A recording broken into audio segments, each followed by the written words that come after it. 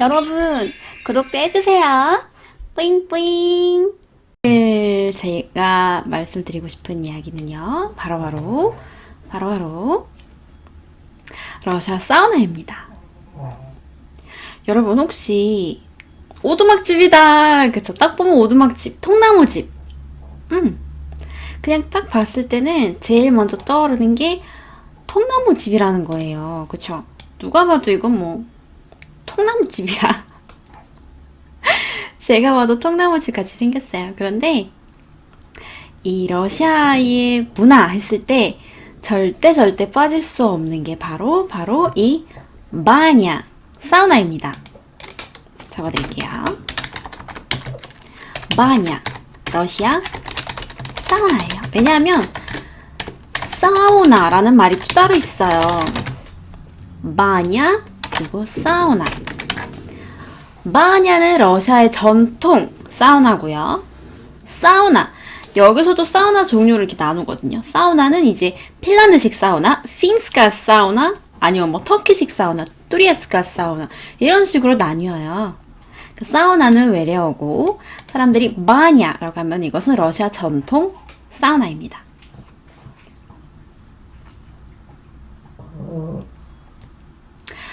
러시아 사우나의 잘못 눌렀어요. 죄송해요. 러시아 사우나의 특징은요. 일부러 가장 평범한 바냐 모습의 사진을 가지고 왔어요. 물론 굉장히 막 고급스럽고 멋있게 짓는 분들도 계시는데 이 정도면 그냥 가장 평범한 이것도 좀 상당히 좋긴 해요. 정말 평범한 사우나 중에 하나예요. 중간 정도? 이렇게 그냥 통나무로 러시아는 통나무집이 굉장히 많거든요. 특히 다차. 저희가 방송에서도 여러 번 이야기했던 그 다차를 통나무로도 많이 짓는데요. 그런데 바냐는 특히 꼭 통나무로만 짓습니다. 왜냐면 통나무로 해야 몸에 더 좋대요. 통나무로 지어야 사람 인체에도 해롭지 않고 더 몸에 좋다고 합니다. 러시아는 나무가 엄청 많잖아요. 그러다 보니까 그 자재 파는 곳에 가면은 이 통나무 크기가 장난이 아니에요. 값도 한국보다 훨씬 싸고 엄청 크고 어른들 말씀하실 때 들어보면 품질도 훨씬 좋다고 그러더라고요. 그리고 이 통나무를 뭔가 뭐 풀이라든지 시멘트 막 이런 접착제 같은 걸로 붙이는 게 아니라 이렇게 통나무로 조립을 해요.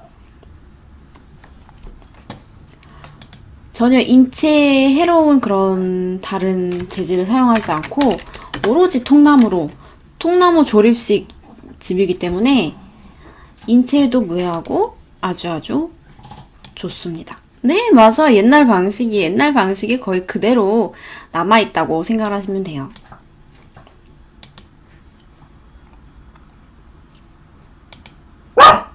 샤나. 왜 그래? 깜짝이야. 러시아에서는 이 사우나를 어떻게 하냐?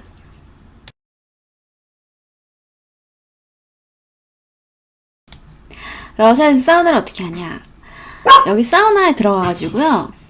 오랫동안 앉아가지고 이제 몸을 뜨겁게 해요. 그런 다음에 밖으로 나와서 찬물을 뒤집어 씁니다. 이건 비슷하죠? 그쵸? 이거는 우리나라나 핀란드식이나 비슷해요. 그런데 바냐를 가장 많이 즐기는 때는 여름이에요. 겨울이에요. 특히 남자분들.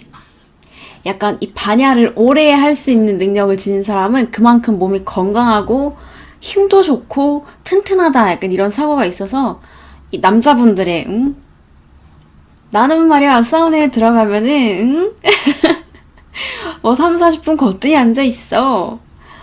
바냐 하면 남자지. 남자 하면 바냐고.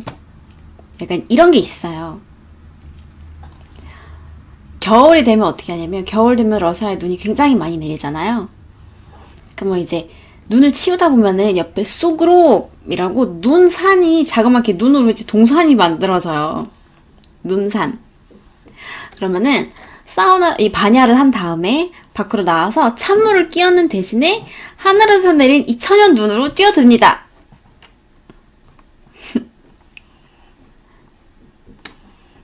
그냥 점프 바로 다이빙. 그렇죠. 눈으로 그냥 다이빙.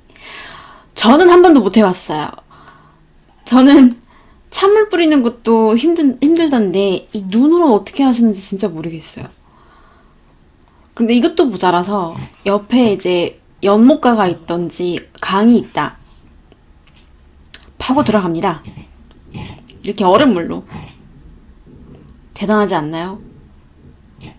그렇죠. 반야는 남자지. 이 정도 할 줄 알아야 남자지. 응? 이 정도는 견뎌내야 남자지. 그쵸? 그런데 여러분 놀라지 마세요. 이게요. 성스러운 강이 있어요. 성스러운 물. 이 대종교에서 이야기하는 성스러운 그 물이 있는 곳에서도 이렇게 매년 겨울날 이렇게 입수를 하는데 갓난아이도 이렇게 입수를 한다고 합니다. 물론 이 갓난아이를 입수시키는 거에 대해서는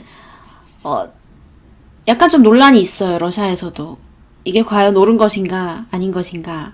그러니까 이제 신앙이 좀 두터운 분들은 들어가야 된다. 신의 성스러운 물로 샤워를 해야지만 아이가 더 튼튼하고 병치레도 없이 건강하게 자랄 수가 있다. 해야 한다. 이게 맞는 거다. 의사들은 미쳤냐? 미쳤냐? 애 죽일 일 있냐? 절대 안 된다. 위험하다. 심장마비에 걸려서 죽을 수도 있다. 이렇게 이제 요즘에는 이렇게 좀 논란 아닌 논란이 있죠. 근데 용감한 할머니 보세요. 저 아이 팔림 장난 아니지 않아요? 그런데 완전 갓난 아이인데 저 한 팔로 버티고 있는 것 좀 보세요. 자기도 들어가기 싫은 거지. 난생 처음 느껴보는 추위에 자기도 들어가기 싫은가 봐요. 온몸이 다 이렇게 경직되어 있는 게 보여요. 그쵸? 그렇죠. 저도 반대죠. 아니, 왜 굳이? 왜 굳이? 이거 말고도 다른 좋은 방법이 분명히 있을 텐데. 그렇지 않나요? 오늘 마이크가 이상해요.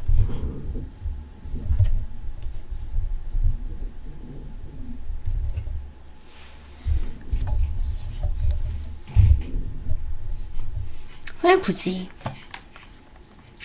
이렇게 뜨거운 열기 후에 바로 차가운 물에 뛰어들면은 심장이 매우 튼튼해진다고 해요. 보비나님 어서오세요. 라다바스 위지 너브라 빠져로이즈. 심장도 튼튼해지고 그리고 피부도 좋아지고. 이 바냐는 저도 굉장히 좋아하거든요. 러시아 사람들 다 차가면은 바냐는 무조건 있어요. 그리고 별장에 사는 사람이다. 이 바냐 무조건 있습니다. 무조건. 한국 분들도 이거 바냐 굉장히 좋아하세요. 그렇죠. 이완과 수축을 반복하면서 이제 근육으로 되어 있는 이제 뭐 피부도 그렇고 혈관이라든지 심근이라든지 이게 트레이닝을 받는 거죠. 이완과 수축을 반복하면서 그러면서 더 튼튼해지는 겁니다. 이야, 와시기다라다 비지지. 여기까지는 사실 한국 그 찜질방에서 하는 거나 핀란드에서 하는 사우나나 그렇게 크게 차이가 없어요. 그쵸? 뜨거운 거에 들어갔다가 차가운 거에 들어갔다가 그쵸? 왔다 갔다. 근데 러시아에서는요. 이거 말고도 위닉이라는 걸 사용을 합니다. 위닉. 본래 뜻은 빗자루라는 뜻이에요. 빗자루. 러시아식 사우나에서 절대 빠지지 않는 소품이 바로 이 빗자루입니다. 바닥 서는 빗자루 아니지요. 바닥 서는 빗자루가 아니라 이렇게 나뭇잎 혹은 풀잎을 엮어서 말린 자루예요. 빗자루. 좀 이름 이상한데, 억양 이상한데. 이걸 어떻게 사용을 하냐면요. 여기 바가지 보이시죠? 이 나무로 만든 바가지에 물을 담아놓고, 맞아요. 이렇게 배현님. 자작나무로 제일 많이 만들어요. 자작나무가 가장 흔하고, 저렴하고 자작나무로 만든 게 또 몸에도 좋다고 해가지고 대부분은 이제 자작나무로 많이 만듭니다. 이걸 이렇게 물에 묻혀서 사람들 등 위로 이걸로 이렇게 약간 쓸어주면서 마사지를 해주는 거예요. 툭툭툭툭툭 때리면서. 이게 살살 때릴 때도 있고 좀 심하게 세게 때릴 때도 있고 이렇게 하면은 이제 피부에 자극을 주면서 모공이 모공이 이제 벌어질 대로 벌어져 있는 상태니까 이렇게 함으로써 그 나무도 달궈지면서 거기 나무에서 이제 자기가 가지고 있는 물질이 나오면서 그게 우리 인체에 좋게 작용을 한다고 합니다. 그래서 옛날에 실제로 이런 식으로 환자들을 치료도 하고 했었대요. 그 환자의 상태에 따라서 자작나무를 사용하는 경우도 있고 누라고 오크나무 잎을 사용하는 경우도 있고 혹은 크라피바라고 한국말로는 쐐기풀인데요. 이 크라피바를 사용하는 경우도 있고 유칼립투스 잎을 사용하는 경우도 있다고 합니다. 그건 이제 환자의 증상에 따라 다르게 사용을 한대요. 그런데 여기서 가장 놀라운 건요. 뭐냐면은 이 쐐기풀이에요. 한국에도 쐐기풀이 있겠죠? 그쵸? 전 세계 어디나 있을 것 같은데 저는 한국에서는 이 쐐기풀에 대해서 인식이 별로 없었는데 러시아 이 쐐기풀은요 피부가 한번 스치잖아요. 따가워서 죽어요. 이게 이 이파리를 자세히 보시면 이렇게 뾰족뾰족뾰족 하거든요. 그럼 이게 피부가 스치면서 여기에 산이 있어가지고 이 쐐기풀이 지닌 산 때문에 이 피부에 닿으면은 진짜 타는 것처럼 아파요.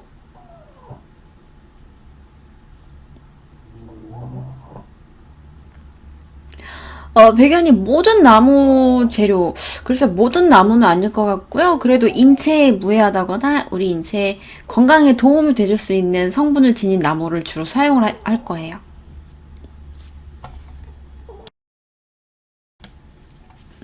진짜 미치게 따가운데 이게 그런데 몸에는 굉장히 좋대요. 심장 질환에도 굉장히 도움이 되고 피부에도 이게 좋고 그래서 옛날에는 이제 아이들 훈육을 할 때 말을 안 듣는 아이가 있으면은 이 풀을 뜯어다가 엉덩이에다 그냥 한번 쑥쑥 문질러 줬었대요. 그럼 엄청 따갑잖아요. 근데 이게 몸에 해로운 게 아니라 오히려 건강에 도움이 되는 거기 때문에 일석이조죠. 혼돈하고 몸에도 좋고. 근데 이거 진짜 따가워요. 장난 아니에요. 네, 효과는 좋은데 와, 이 풀 보면은 진짜 멀찌감치 도망가는 게 상책이에요. 이거 진짜 장난 아니에요. 그쵸? 혹은 보리수 나무를 사용한다고도 합니다. 보리수 나무는 특히 이 두통에 효과가 좋다고 해요. 러시아 민간요법에서는.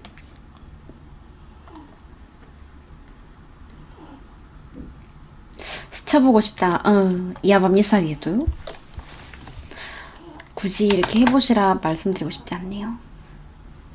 맞아요. 부처님이 깨달음을 얻은 그 보리수 나무. 네, 맞아요. 그 보리수 나무가 러시아는 굉장히 많아요. 근데 약간 종은 다른 것 같아요.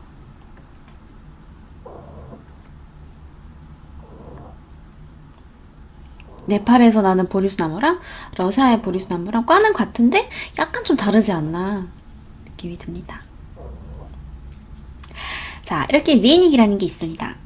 또 러시아 반야를 한다, 사우나를 한다. 뭐 어떻게 보면은 가서 목욕을 하는 거거든요. 근데 러시아에서는 목욕을 하다라는 단어에는 mytsa, 씻다라는 동사 대신 반야를 할 때는 바리츠라는 단어를 사용을 합니다. 바리츠. 이 단어의 어근에는 슬로버 바르라는 단어가 있는데요. 뜻은 수증기예요. 수증기. 그러니까 어떻게 보면은 빠리짜라는 단어는 수증기 목욕을 하다, 반야를 하다, 사우나를 하다 이런 뜻이 되는 거죠. 빠리짜.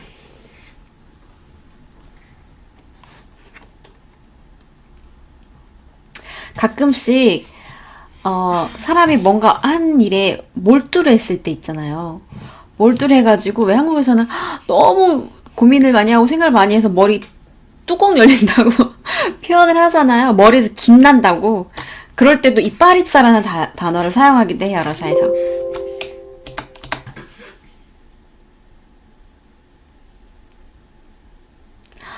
아, 밀파우님 그래요? 근데 유칼립투스 잎은 아로마 테라피에서도 많이 사용하고 하지 않나요? 여기서는 그걸 약초로 굉장히 많이 사용을 해요. 그 목감기, 특히 목감기에 좋아요, 유칼립투스가. 그래서 목감기 때 아직도 되게 많이 사용을 하는데 그렇죠. 머리에서 열 난다, 불 난다, 뚜껑 열린다 이러는 대신 러시아에서는 빠리짜. 그렇죠. 어떻게 보면 수증기가 난다, 머리 수증기가 난다, 김이 난다. 그래서 빠리짜라는 단어를 사용을 하기도 합니다. 또 이 바냐와 관련된 프라질라 기술 중에 또 뭐가 있냐면요. 이런 표현이 있어요. Задать баню. Задать баню. 반야를 주다. 반야를 주다. 이게 언제 사용을 하냐면요. 반야를 하고 나면은 사람의 얼굴도 빨개지고 이렇게 힘이 축 풀리잖아요. 그러니까 힘이 없을 때까지 너를 혼내준다. 약간 이런 의미가 있어요. 혼내준다. 그렇죠. 반야를 주다. 혼내준다. 내가 네가 힘이 빠지고 얼굴이 붉어질 때까지 혼내줄 거야. 한마디로 비 오는 날 먼지나게 때려줄 거야. 약간 이런 표현이 아닐까요? 얼굴 붉어지고 손에 힘이 풀릴 때까지 너를 혼내주고야 말겠어. 여자 땀 집에 바뉴.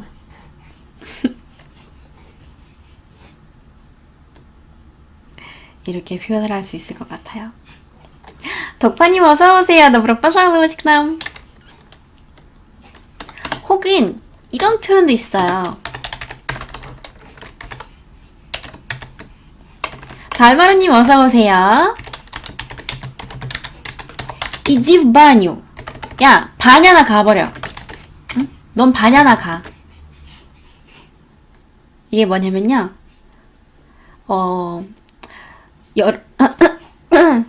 그 영화에서도요, 욕할 때 야, 악마한테나 가버려. 약간 이런 표현을 하잖아요. 러시아에서도 요즘에는 이직치오르토, 악마한테나 가버려. 이런 표현을 해요. 사용을 해요. 그런데 옛날에는 이 악마라는 단어가, 치오르트라는 단어가 금지된 단어였어요. 그러니까 함부로 입에 뱉으면은 재수없는 단어? 절대로 입에서 담아서는 안 되는 그런 단어였기 때문에 그 대신 반야라는 단어를 사용했었대요. 야, 반야로 가버려. 꺼져. 그렇죠. 반야에 가버려. 보기 싫어.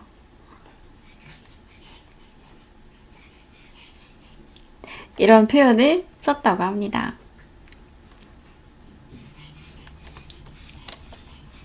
가버려 할까요? 가버려.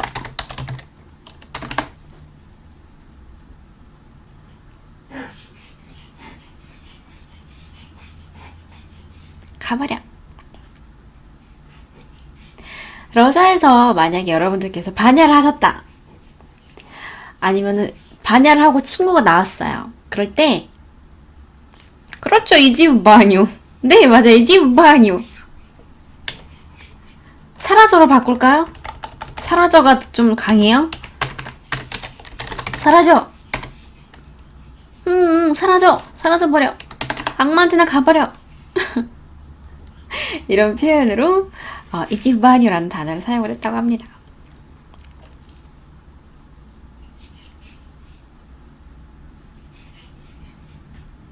저 얼굴 봤어요? 진짜요? 사실 방송 시작하기 전에 아까 케이크를 2조각이나 먹기는 했어요. 괜히 먹었다. 이렇게 잔머리라도 이렇게. 오늘은 밥 그만 먹는 걸로 해야겠어요.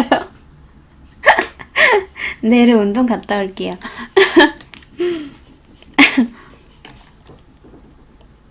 백신 돌리기? 글쎄요, 이제 억양에 따라도 그렇게도 사용할 수 있지 않을까요?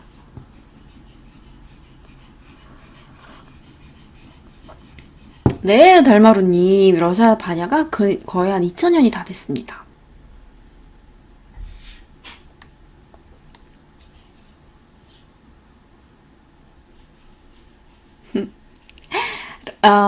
우리가 밥을 먹고 나면은 흔히 잘 먹었습니다. 잘 먹었어? 얘가 그쵸? 얘가 자꾸 꾸벅대네 오늘. 으이짜. 이게 제가 고정을 한다고 하는데 제가 이 고정법을 잘 모르는 건지 됐나?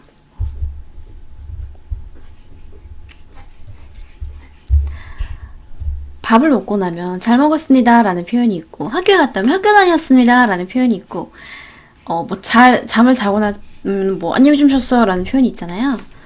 러시아에서는 다녀왔습니다 이런 표현 대신 이런 표현은 없지만 혹은 잘 먹었습니다 라는 표현 대신 그냥 간단하게 스파시버 라는 표현을 쓰지만 이 반야를 하고 나온 사람한테는 하는 말이 꼭 있어요. 슬려김 바람 슬려김 바람 가벼운 수증기? 가벼운 수증기라는 뜻인데요. 그거죠. 이게 몸이 좀 가쁘대졌니? 사우나를 푹 하고 나서 이제 몸이 좀 가벼워졌니? 홀가분하니? 그러니까 이런 표현이 되는 거예요. 슬려낀 바람. 반야를 하고 나온 사람한테는 이 말을 꼭 해요.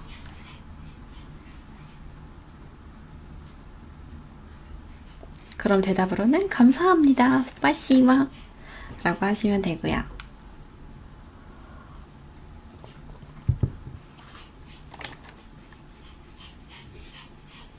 슬려낀 바람.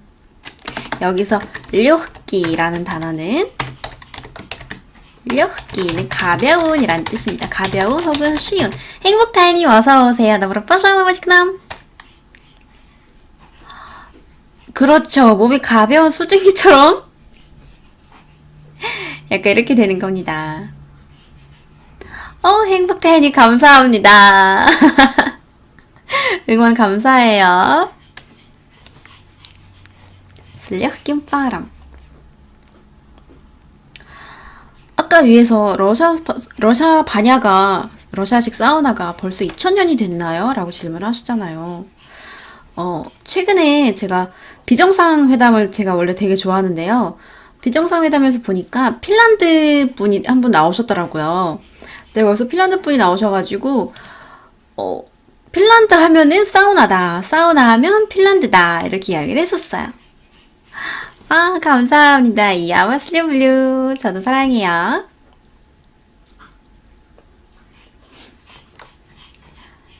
근데 제가 생각을 했죠. 그 프로를 보면서 저기 러시아 사람이 한 명 앉아있었으면은 분명 한마디 했다.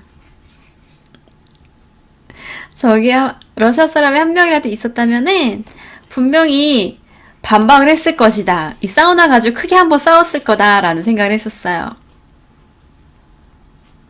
이거요. 말 그대로 료흐예요. 료흐김. 여기 같은 경우에서 이 그 발음이요. 흐 발음이 나요. 행복님 감사합니다. 감사합니다. 저도 절로 기분이 좋아지네요. 근데 이것은 읽는 거에서 약간 옛날식 발음이 그대로 남아있어요. 예외 중에 하나인데요. 옛날에는 이 알파벳 그를 그 왜 우리 가래 끓는 소리처럼 흐 이런 식으로 발음했었거든요. 흐. 근데 이게 요즘 들어서는 그로 발음을 하지만 아직도 이 흐 발음이 남아있는 단어가 몇 가지가 있어요. 그 중에 하나가 바로 이 료흐기. 료흐기. 근데 여기서 가래 끓는 소리를 낼 필요는 없어요. 그냥 료흐기.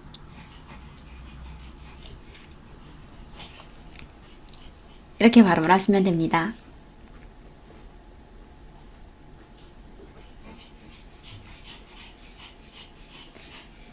행복님, 저도 잘 부탁드려요.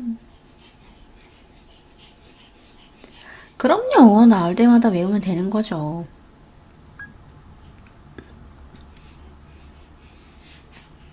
려기 가벼운 혹은 쉬운이란 뜻이 있어요. 자, 그래서 다시 핀란드 사우나로 돌아와서 그런데요, 러시아 사람들 또한 이 사우나에 대해서 어마어마한 자부심을 가지고 있어요. 사우나 하면 러시아도 뒤처지지 않는다고 아마 반박하고 나섰을 거예요, 그때. 그 핀란드 사람한테. 그러면서 이제 러시아에서는, 바냐에 대해서 이렇게 이야기를 합니다. 러시아 바냐와 핀란드 사우나는 아주 큰 차이점이 있습니다. 그중 첫 번째는 바로, 이 피치가 불을 때우는 이 기계에서부터 차이가 나요.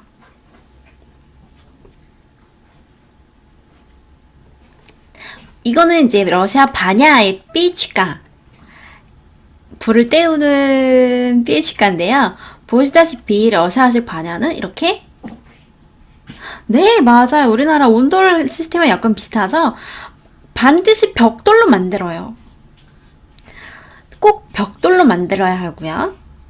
또 불을 떼는 곳이 이렇게 다 온통 다 차단이 되어 있어요. 속에 돌도 들어있긴 해요. 핀란드식으로. 그런데 이렇게 공기가 완벽하게 차단이 되어 있습니다. 그런데 이 핀란드식 사우나는 여러분들도 보셔서 아시죠? 쇠로 되어 있어요. 쇠로 만들어져 있고 지금 얼른 찾아볼게요. 핀스카 사우나.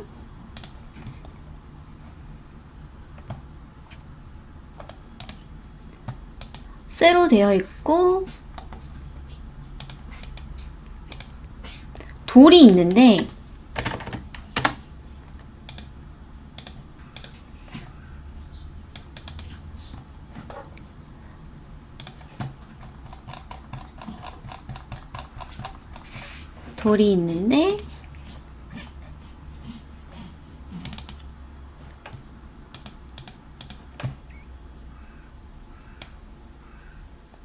이렇게 오픈식이에요.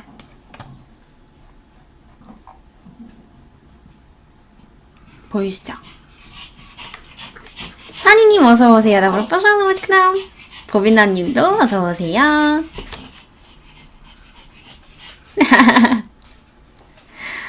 네, 이렇게 돌이 공기하고 이렇게 맞닥뜨리죠. 이 핀란드식 사우나는. 그리고 이 비치가가 쇠로 만들어져 있어요. 그런데 러시아 거는 이와 달리 이렇게 벽돌로 만들어져 있고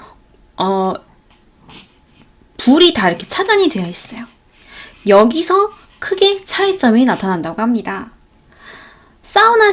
핀란드식 사우나는요, 이게 굉장히 건조하대요. 행복님 감사해요. 또 놀러오세요. 매일 밤 10시에 방송하고 있습니다. 스파코이너의 노치. 피에치카 불가마? 피에치카 난로? 피에치카 하면은 난로라고 생각하시면 돼요. 불가마 하면은 좀 심하고. 그쵸? 이 핀란드식 사우나는 오픈형이다 보니까 빠른 시간 안에 온도를 높이 거의 한 100도까지도 올릴 수 있다고 해요. 그 대신 굉장히 건조하대요.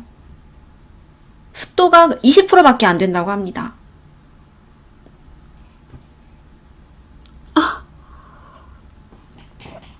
진드기 잊어버리세요. 투투투.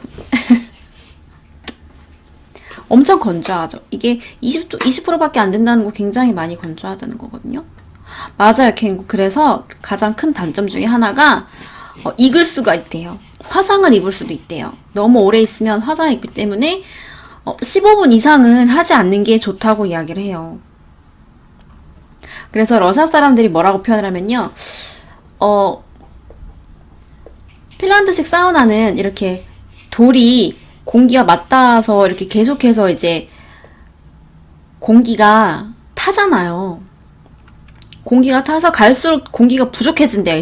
실내부 안에. 그러다 보니까 사람들은 거의 마치 통닭구이처럼 맨 아래 칸에 앉아가지고 이렇게 고개 숙이고 15분 정도 앉아있다가 얼른 후다닥 밖으로 나가야 되고 숨이 부족해가지고 이런 단점이 있다고 이런 식으로 표현을 해요. 러시아 사람들은. 윤진님 어서오세요. добро пожаловать к нам. 네, 그래서 이 핀란드식 사우나는 임산부라든지 심장 질환을 앓고 있는 환자들은 하면 안 된다고도 표현을 합니다. 위험하대요. 그런 분들은. 특히 고혈압을 앓고 계신 분들은 위험하다고 해요. 그런데 이 러시아식 사우나는 온도 조절이 가능해요. 왜냐면은 이거는 이제 이 조절하는 게 밖에도 있어가지고요. 밖에서 이걸 열었다 닫았다 하면서 온도 조절이 가능해요. 그러다 보니까 이걸 100도까지도 올릴 수도 있고 아니면 한 60도에서 70도 정도 이렇게 그래도 편안한 온도를 유지할 수가 있어요. 80도 이하까지. 그리고 이게 공기가 맞닿는 곳이 없다 보니까 습도가 거의 한 70%에서 80%까지 된다고 해요. 그렇죠. 물도 원하면 끼얹는 거고 내가 좀 더 수증기가 많았으면 좋겠고 좀 더 뜨거웠으면 좋겠다 그러면 여기 삐죽하다 그냥 물을 끼얹으면 돼요. 그리고 이렇게 하다 보니까 한 40분까지 앉아있어도 끄떡없어요. 아까 핀란드 사우나는 15분이면은 이렇게 된다 그랬잖아요. 근데 러시아식 바냐는 40분까지 앉아있어도 전혀 끄떡없다고 합니다. 그리고 러시아식 사우나에 들어가면요. 이 의자가 앉아있는 의자가 굉장히 넓어요. 왜냐하면 핀란드식 사우나는 주로 이렇게 앉아서 하는 문화인데 러시아식 사우나는 누워서 하는 문화가 있어서 그래요. 왜 누워야 하냐? 이걸로 마사지 해야 되니까. 엎드린 채로 이걸로 등허리 마사지를 해야 하기 때문에 반드시 누워서 하는 이런 문화가 있어요. 그러다 보니까 이 의자도 거의 침대라고 해야죠. 의자가 아니라 침대예요, 침대.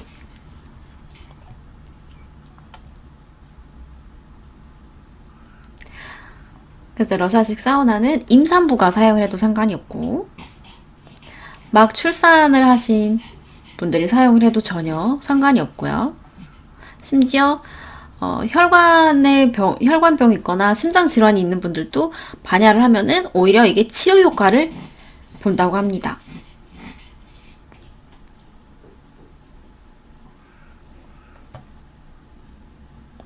그래서 러시아 사람들이 그러죠. 러시아 반야가 최고야. 핀란드 사우나? 러시아 반야가 최고지. 그런데 실제로 19세기 말쯤에 전쟁이 한창일 때 국가에서 이제 이런 이야기가 나왔대요. 이 러시아식 사우나 시설을 굳이 이 군대한테 만들어줄 필요가 있을까? 그때 당시에 이제 유럽식 이 샤워 시설이 한참 막 유행일 때라 그 유럽식 샤워 시설이 훨씬 더 저렴했대요. 이 반야를 만드는 것보다. 그러자 그때 한 의사가 연구를 했대요. 무려 3개월 동안. 3개월 동안 이제 그 군대를 두 그룹으로 나눠서 한 그룹 둘 모두 이제 같은 음식을 같은 시간에 주면서 규칙적인 생활, 같은 시간표대로 살게 하면서 이때 첫 번째 그룹한테는 러시아식 사우나를 규칙적으로 사용을 하라고 했었대요. 그렇게 3개월이 지나고 나서 결과를 보니까 이 러시아 반야를 꾸준히 사용을 하던 군인들은 아주 조그마한 병치레도 없었대요. 심지어 근육을 키우는데도 훨씬 더 도움이 돼가지고 몸무게도 늘고 아주 큰 효과를 볼 수 있었다고 해요. 그래서 유럽식 사우나를 포기하고 그냥 계속해서 이 유럽식 샤워 시설을 포기하고 그냥 계속해서 이 반야를 만들어줬다고 합니다. 그렇죠. 한국 가마찜질도 완전 좋죠. 네, 남녀가 같이 들어가기도 해요. 그런데 러시아는요, 이 공용, 한국처럼 대중 목욕탕 이런 사고가 아니라 그 빌리거든요. 큰 그런 시설이 아니라 개인 반야가 없다 하면은 그걸 빌려야 한 칸씩. 규모가 한국 찜질방 규모를 생각하시면 안 돼요. 그냥 작은 실을 빌려가지고 나랑 친한 친구들 혹은 네, 가족탕 맞아요, 독파님. 가족들이랑만 가는 거라 수영복 입고 가죠. 수영복 입고 가는 거라서 괜찮아요.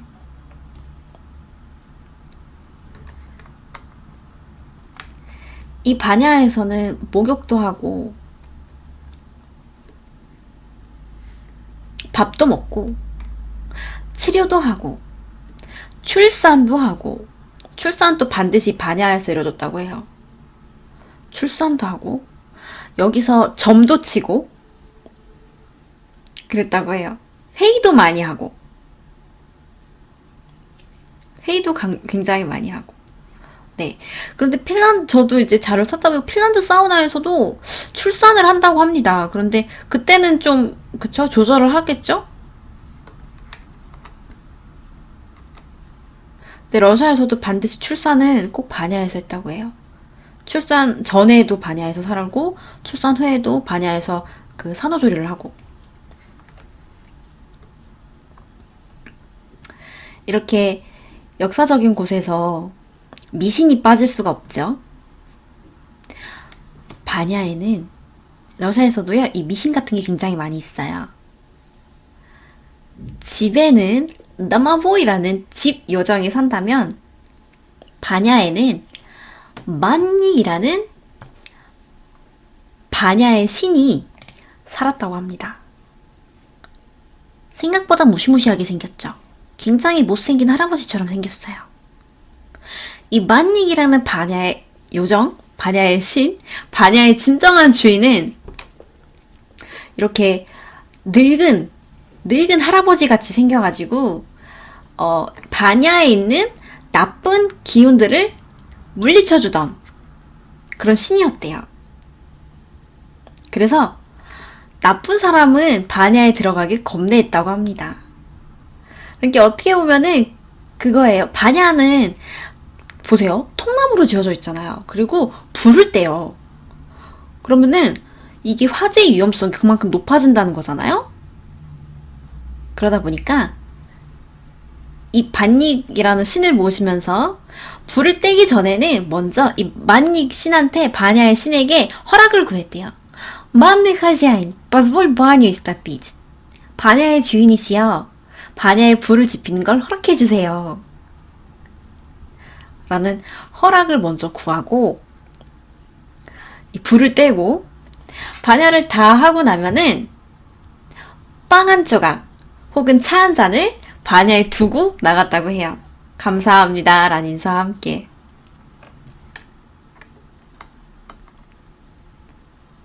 너무 비슷하죠, 한국이랑. 작은 빵 한 조각이라든지 먹을 거를 두고 나갔다고 해요. 네, 반야 할부지, 반야 할배.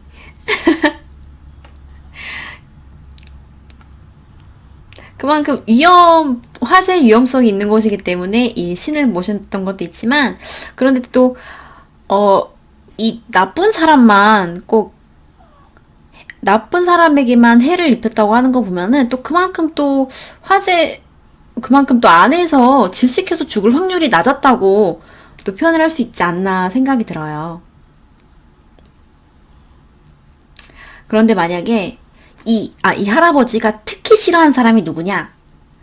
반야에 앉아가지고 욕을 하거나 뒷담화를 하는 사람, 혹은 소리를 지르는 사람은 특히 싫었다고 해요. 굉장히 예의 바른 나라 아닌가요? 그런데 만약에 좀 화재 위험이 있었다. 그러면 한 번씩 이 할아버지를 달래주기 위해서 검은 수탉을 죽여가지고 이 반야 밑에다가 묻어주곤 했대요.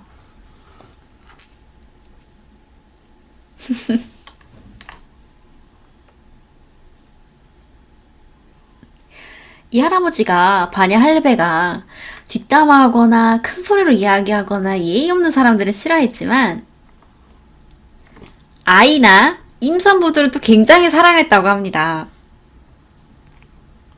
그래서 출산을 앞둔 임산부는 3주 전부터 반야에서 생활을 했다고 해요.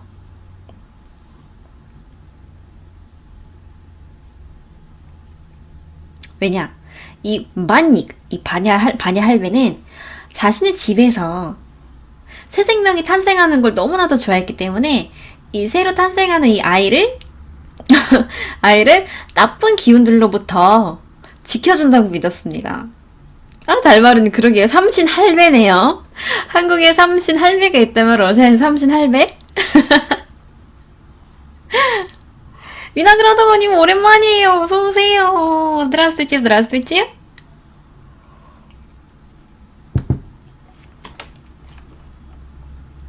이런 매우 친절한 소개팅 좀 이거 언어가 안 통해서 가능할까요?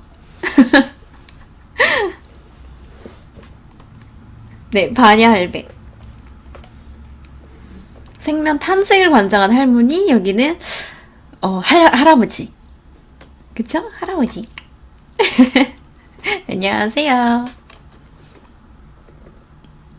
그러게요. 러시아가요, 진짜 이 반야를 좋아한다. 는 사실은 음식만 봐도 알 수 있다고 합니다, 러시아인들은.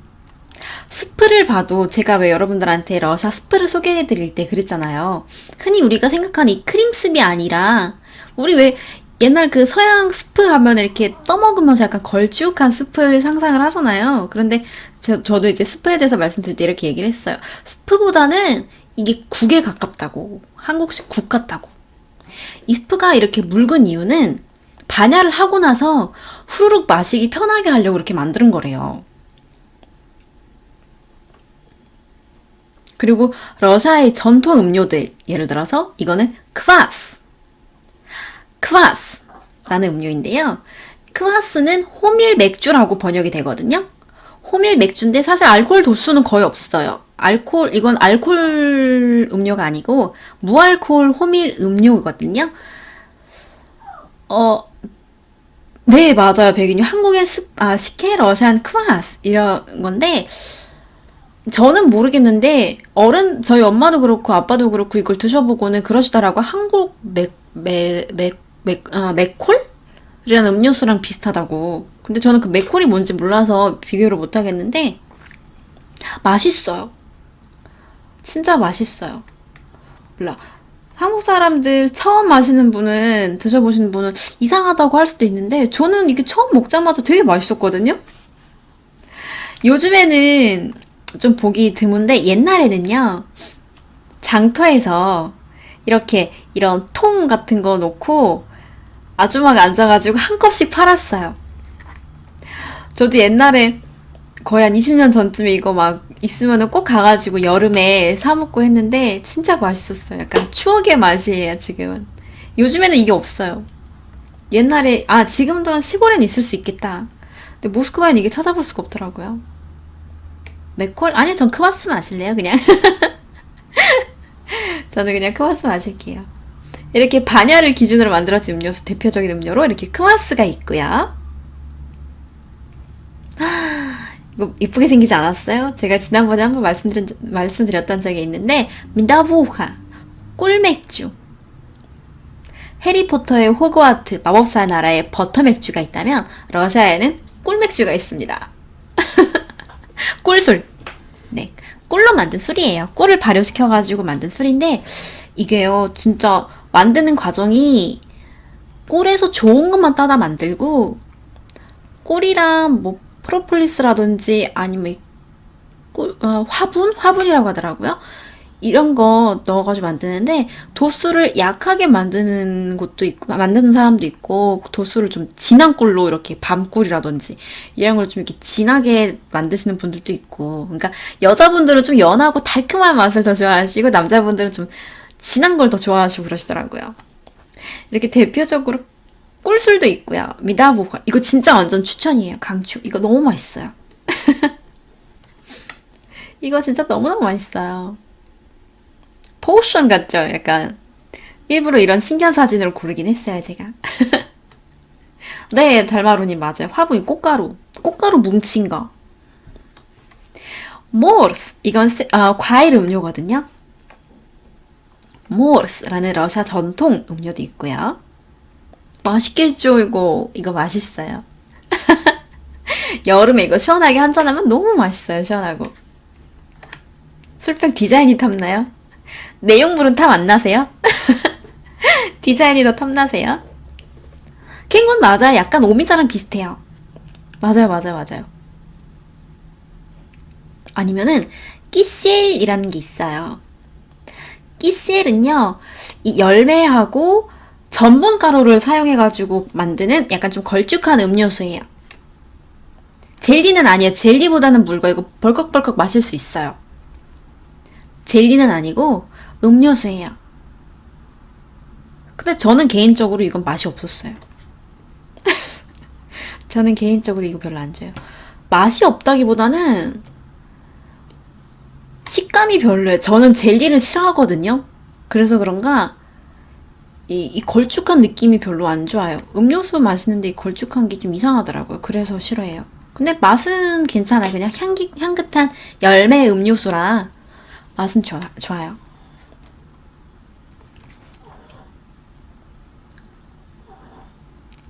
자, 바냐 문화에 대해서 조금 말씀드렸는데요. 이제 바냐 역사에 대해서 몇 가지 알려드릴게요. 아까 거의 한 2000년 정도 됐습니다 라고 말씀을 드렸는데 사실 이 바냐라는 건 류릭 시절 때부터 존재를 했다고 합니다. 그러니까 약 830년쯤이에요. 그게 류릭은 초대 노브가라드의 대공이었거든요. 그때 이 바냐라는 게 처음 만들어졌는데 그때 당시에 이렇게 볼품 없었겠죠. 아무래도 그쵸? 그리고 특이한 것은 보이시나요? 굴뚝이 없어요. 굴뚝이 없어요. 굴뚝이 없으면은 이 연기가 빠져나갈 곳이 없다는 거잖아요. 그래서 이렇게 문을 살짝 열어놓고 바냐를 사용했다고 합니다. 그러다가 문을 열어놓으니까 이게 열기가 빠져나가고 별로다.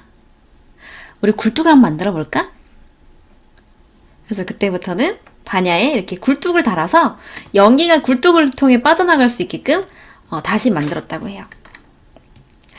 실제로 러시아 사람들은 이 바냐를 워낙 좋아해서 목욕 문화가 그 830년도부터 굉장히 많이 발달을 했던 나라예요. 그러다 보니까 역사적으로 전 유럽에 전염병이 돌 때 러시아는 그 전염병을 전부 다 피해갔다고 해요.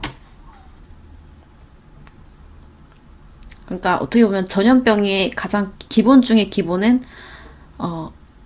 청결이 아닐까. 그죠?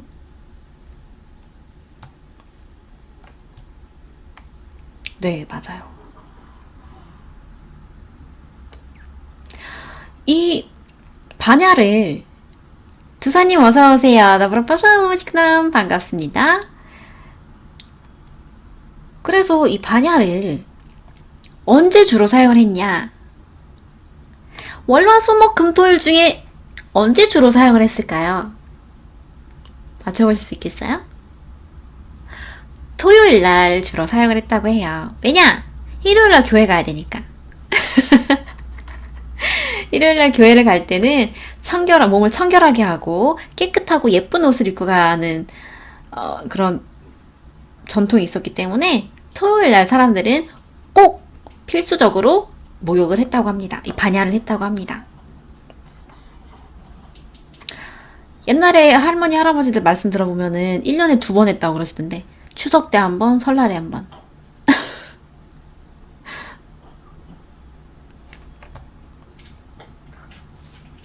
그렇게 아주 옛날에는 개개인의 바냐가 있었다면 16세기 말 바로 바리스 가도노프 때는 모스크바에 최초로 공동 사우나 시설이 생겼습니다. 이 공동 사우나 시설을 왜 만들었냐? 바로 모스크바를 방문하는 타인, 그쵸? 다른 곳에서 모스크바를 오는 사람들이 반드시 씻게 하게끔 하기 위해서 이 모스크바 강 주변에 특히 이 반야 시설을 만들었다고 해요. 그러니까 그거죠. 우리 도시에 오려면은 먼저 깨끗이 씻고 와라.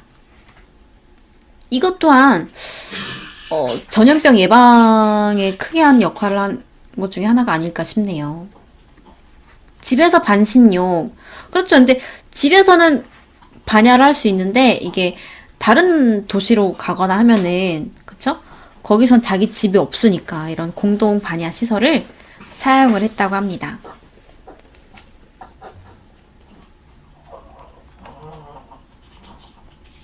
아까 위에서 질문하신 것처럼 초반에는 남녀가 이렇게 같이 사우나에 들어갔다고 해요. 요즘에는 이제 수영복 입고 가지만 그때 당시에는 수영복이라는 개념이 없어서 그런지 이렇게 남녀가 그냥 발가벗고 이렇게 같이 사우나를 즐겼다고 합니다. 그런데 로마노프 2세가 황제의 자리에 오르면서 이런 1643년도에 이런 명령을 내렸다고 해요. 더 이상 반야를 남녀가 같이 사용하지 말아라. 남녀가 따로 사용을 하고 입구 또한 따로 만들어줘라. 남자가 들어갈 수는 있고 그리고 여자가 들어갈 수는 있고. 그래서 그때부터는 남녀탕이 따로 이렇게 생겼다고 합니다.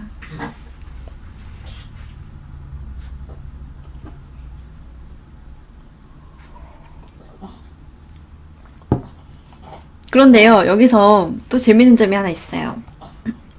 이게 1643년도부터 이렇게 나눠서 사용을 하기 시작했는데, 예카테리나 2세가 이 법에 약간 수정을 합니다. 어떤 수정이냐? 앞으로 여탕에는 7세 미만의 소년의 출입을 허가하고, 7세 미만의 소년은 엄마와 함께 여탕에 출입이 가능하고, 또한 신하나 의사들 또한 신하, 의사 그리고 화가들에게도 이 여탕에 출입을 허가를 했다고 해요.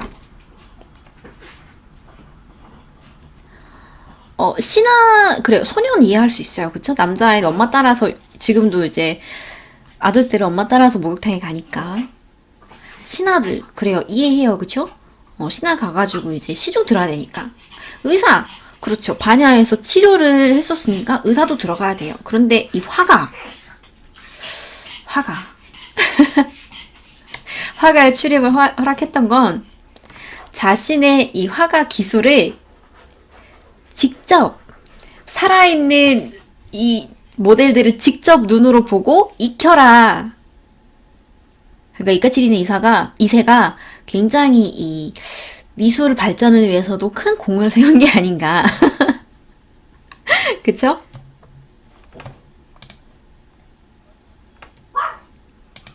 네, 비나그라도 강아지 소리예요. 멍멍이. 아주 조용히 안 있죠? 그래서 화가에게도 출입 허가를 했다고 합니다. 이 7세 미만 소년 이야기가 굉장히 전 개인적으로 좀 흥미로웠어요. 우리나라도 요즘엔 그거 있죠. 몇 살 이상은 여탕 출입 안 된다는 거.